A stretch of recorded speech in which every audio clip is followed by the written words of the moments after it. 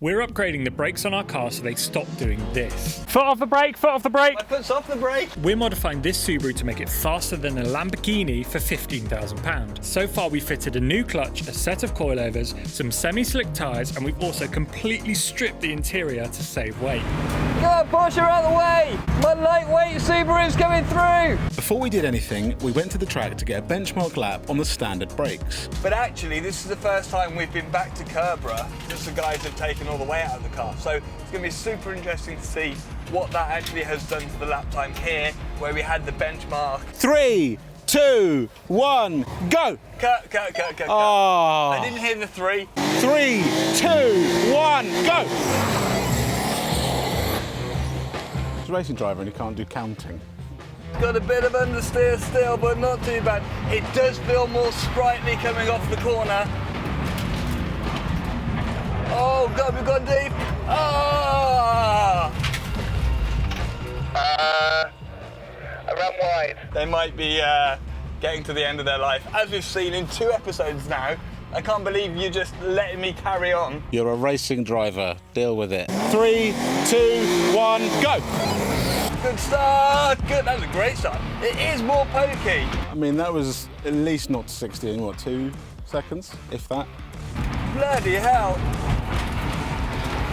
Well, that was quick. We're still waiting for the front end to catch up. Hello, boys. Hello. Have a small guess, just a rough guess. Well, so going off my feeling, I'm going to say 1 second. 122.9. 122.4. Second and a half. That's a lot. So a 122.4 is a second and a half quicker than before, a 123.9. And it leaves us with just under 6 seconds to find to beat the Lambo. So, new brake pads today, new discs today. Should we see what these brakes can do? There were a few sparks, Were there? but it stopped. Nothing worse than the smell of, well, smelly brakes. It smells like danger. For science, we did that same braking test 5 times. Oh, they faded. To see how consistent it would be with the completely shot stock discs and pads. Foot off the brake, foot off the brake. My foot's off the brake. Okay, go cool them down. That's it now. We do need to get to the workshop. Okay, yeah, fair point. I mean, he stopped here for one of those.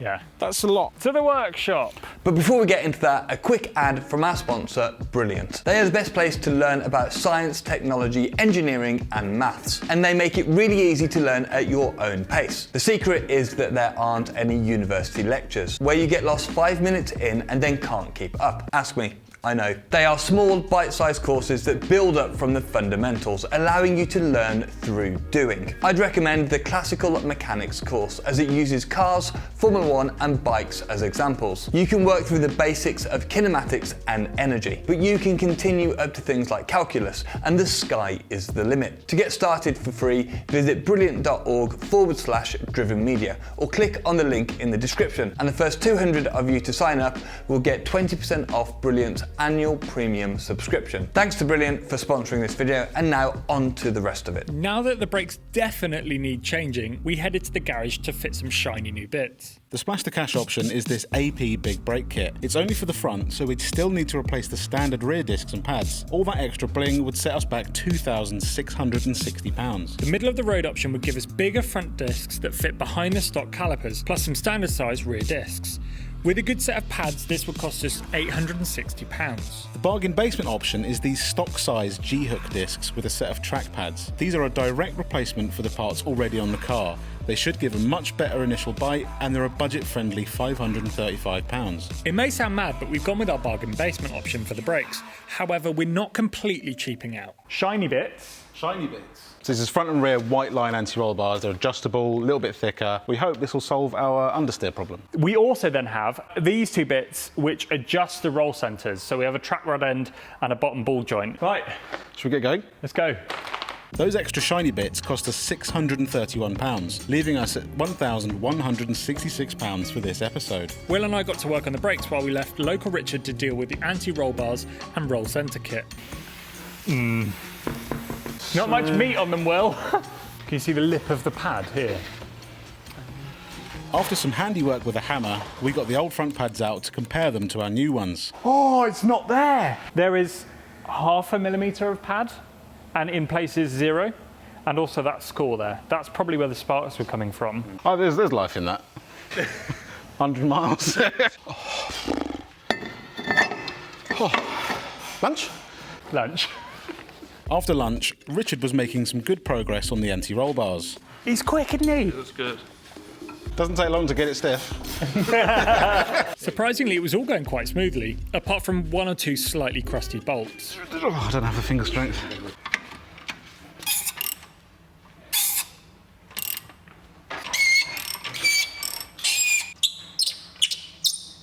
Wow, sounds like a basketball court. Crusty bolts removed, we could finally fit our shiny new brakes. Voila. We're going to be doing an alignment on this because we got it reset up as standard, but our tyres want between 2 and 3 degrees of camber. Currently, they're nowhere near that. So we're going to be correcting that today to get the most out of our tyres because we've got 5 seconds left to go. It's worth having a look at the tyre. You can see on tyre wear, so like the inside is like a brand new tyre. Yeah. And the outside of the tyre. Scott's dad, who builds and sets up ex-Formula 1 cars, gave us a quick lesson on how to set up our Subaru. What Kev just explained is that as this wheel goes through its travel, you get camber change. If it's all the way up the top and you move it 10 millimeters, you will gain a fair bit of camber. This sits in the bottom here, and it adjusts that so that we're getting less bump steer and less camber change, which means we're keeping the tyre contacting the road right more of the time. Now that Will and I are qualified race engineers, we carried on working. There we go. Brake pads. Still having a bit of holiday in these parts of the discs. Shiny brakes. They look good in there. The ball joints at the front weren't playing nicely, and Richard took that personally. Richard's going for the it can't be tight if it's liquid approach. Whoa, there you go. It really didn't want to come off. After lots of fire and swearing,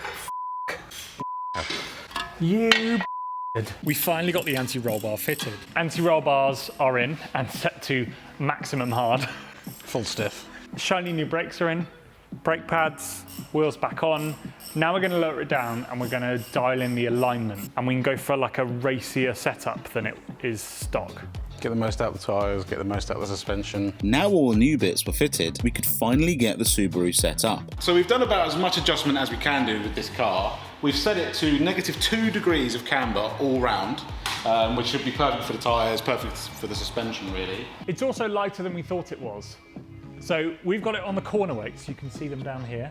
There's one under each wheel, but it does give us an overall reading. So 12.64, we thought it was 12.95. So we've got it set up now, the tyres are gonna be much happier, we've got stiffer anti-roll bars, and we've got better brakes. So let's go back to the track and see what difference it made. Unfortunately, when we got to the track, the weather just didn't want to play ball. So we've just got to the track to test it and it's literally just started raining. It keeps doing this to us. Anyway, Scott's coming.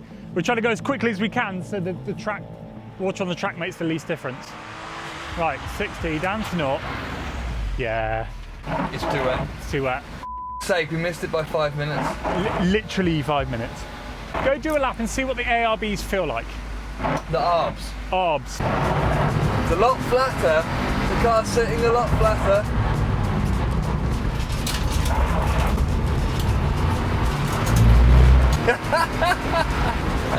What a car. Watch him through this corner. I think it's going to be very sideways. Wobbly on the brakes. Oh! Very stiff. Probably too stiff. Mega stiff. When I turn the car in, it just doesn't roll over anywhere near as much as it used to. So the car's just much better supported in that way. Is it too stiff? Yeah, I think it's too stiff. Especially when it's greasy like this. It might be all right in dry conditions. However, it's quite a twisty track here, so we do actually want a little bit of roll. I think we should actually have, half a day where we're setting the thing up, on the damping and the roll bar, and actually making it quick, because there will be a second or a second and a half in that. Although the brakes are in much better nick than the other ones, right? Brakes feel better. They don't feel like they're going to run out. They're not quite as spongy as they were before. So that's a good thing. So we're sorry we haven't got a lap for you, but we'll show you that next time. Make sure you subscribe so you don't miss the next episode. We're going under the bonnet to add some horsepowers next time. This is the episode everyone's been waiting for. Make sure you subscribe, check out the playlist of all the previous episodes down here, and we'll catch you in the next one.